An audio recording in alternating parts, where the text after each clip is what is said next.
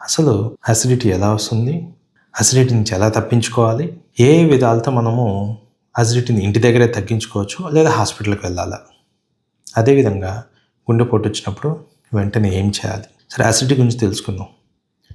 మన బాడీలో strongest acid మనం చిన్నప్పుడు pH అని చదువుకుంటాం కదా, 1 నుంచి 14 దాకా ఉంటుంది. 7 అనేది న్యూట్రల్ అనేది, 7 కన్నా తగ్గుతూ వస్తుంటే స్ట్రాంగ్ యాసిడ్ అని, 7 కన్నా మించిపోతుంటే ఆల్కలి బేస్ అంటాం. ఈ అసిడిటీలో మన పొట్టలో వచ్చేది HCl అంటాం, హైడ్రోక్లోరిక్ యాసిడ్ అంటాం. దాని యొక్క pH 2 వరకు ఉంటుంది, 2 to 2.1 దాకా ఉంటుంది. ఈ 2 అసిడిటీ అంటే 3-4 యాసిడ్ ఉంది. నేల మీద కానీ టైల్ మీద కానీ వేసి చూడండి, టైల్ మొత్తం గరుకైపోతుంది, పొగలు వస్తాయి. అటువంటి స్ట్రాంగ్ యాసిడ్ని తట్టుకునే కెపాసిటీ మనకి దేవుడు మన పొట్టకి ఇచ్చాడు. అంటే పొట్ట మీద ఒక సన్నటి లేయర్ ఉంటుంది, మ్యూకస్ లేయర్ అంటాం. అది అసిడిటీని మన స్టమక్ మీద కాలకుండా చూస్తూ ఉంటుంది. ఎందుకు మనకు ఈ స్టమక్లో యాసిడ్ జ్యూస్ అంటే మన జీర్ణం బాగా జరిగేదానికోసం, మనం ఎటువంటి తిన్నా కూడా అరిగిపోయేదానికోసం, ఫుడ్లో ఉన్న బ్యాక్టీరియా డ్యామేజ్ అయ్యేదానికి, ఫుడ్ బాగా డైజెస్ట్ అయ్యేదానికోసం పనికొస్తుంది. ఎప్పుడైతే మన బాడీలో, మన పొట్టలో అసిడిటీ పెరుగుతుందంటామో, అంటే యాసిడ్ జ్యూసెస్ పెరుగుతాయి. ఎప్పుడంటే సమయానికి తిన్నప్పుడు, ఎక్కువగా యాసిడ్ ఫుడ్స్ తిన్నప్పుడు, అంటే చిల్లీస్, లెమన్, పట్టా లవంగాలు లాంటివి, మసాలా, కొబ్బరితో కూడుకున్న మసాలాలు, ఇటువంటి వాటితో మన బాడీలో అసిడిటీ పెరుగుతూ ఉంటుంది. నిద్ర సక్రంగా లేని సమయాన్ని కూడా అసిడిటీ పెరుగుతుంది. మనము తినే పదార్థాలు పెరుగు, మజ్జిగ లేని ఎడల మనకి అసిడిటీ పెరుగుతుంది, స్ట్రెస్లో పెరుగుతుంది, ఆలోచించిన అసిడిటీ పెరుగుతుంది. కొంతమంది అసిడిటీ వచ్చినప్పుడు నీళ్ళు తాగేస్తాం, చల్లటి నీళ్ళు తాగుతున్నాం, వేడి నీళ్ళు తాగుతున్నాం, అసిడిటీ తగ్గిపోతుంది అంటారు. తగ్గదు.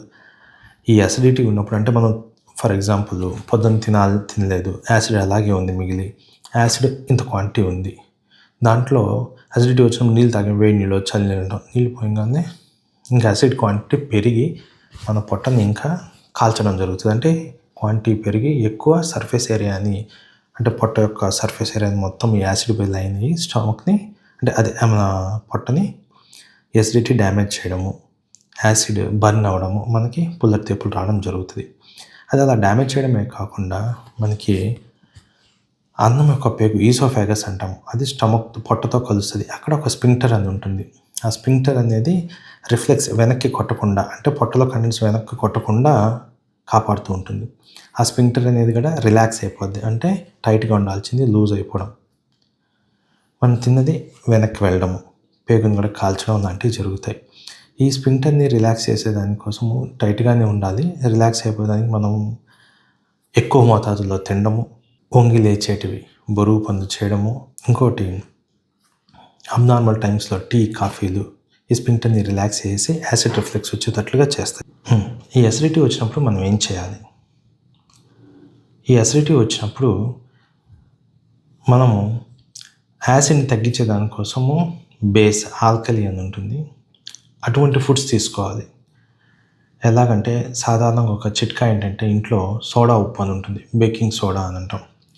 బేకింగ్ సోడాని 1/2 చెంచాడు ఒక గ్లాస్ నిండాగా, అంటే రఫ్గా ఒక 100 ml వాటర్లో కలుపుకొని ఆ గ్యాస్ పోకముందు వెంటనే తీసేసుకోవాలి. ఆ మిశ్రమం లోపల పోయిన తర్వాత హైడ్రోక్లోరిక్ యాసిడ్కి సోడా బైకార్బోనేట్,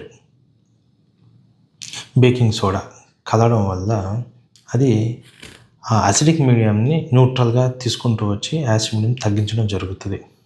సో మనకు అసిడిటీ ఉన్నప్పుడు మనం ఇంట్లో ఎటువంటి చిట్కాలు, లేదా హాస్పిటల్కి వచ్చినట్లయితే proton pump inhibitors, H2 blockers, antacids ఇచ్చి మన అసిడిటీని తగ్గిస్తారు. అసిడిటీ రాకుండా ఉండాలంటే 8 గంటల నిద్ర, సమయానికి భోజనం చేయడము తప్పనిసరి. ఏ ఫుడ్స్ అవాయిడ్ చేయాలంటే గ్రీన్ చిల్లీస్, రెడ్ చిల్లీస్ వేసేటప్పుడు ఏదైతే గిన్నెలు ఉంటాయో గిన్నెలు డిస్కార్డ్ చేయడము, లేదా గిన్నెల్ని బాగా వేపుడు చేయడం లాంటివి చేయకూడదు. అల్లం తగ్గించాలి, వెల్లుల్లి తగ్గించాలి, సిట్రస్ ఫ్రూట్స్, నిమ్మ లాంటివి బాగా తగ్గించాలి, పట్టా లవంగాలు, కొబ్బరితో కూడుకున్నటివి తగ్గించాలి, ఫ్రైడ్ రైస్లు, ఊరగాయలు ఇట్లాంటివి అవాయిడ్ చేయాలి. కాఫీ, టీ సమయం కాని సమయంలో తీసుకోవద్దు. మజ్జిగ కానీ పెరుగు కానీ సమపాలనలో తీసుకోండి అసిడిటీ తగ్గేదానికి. Thank you.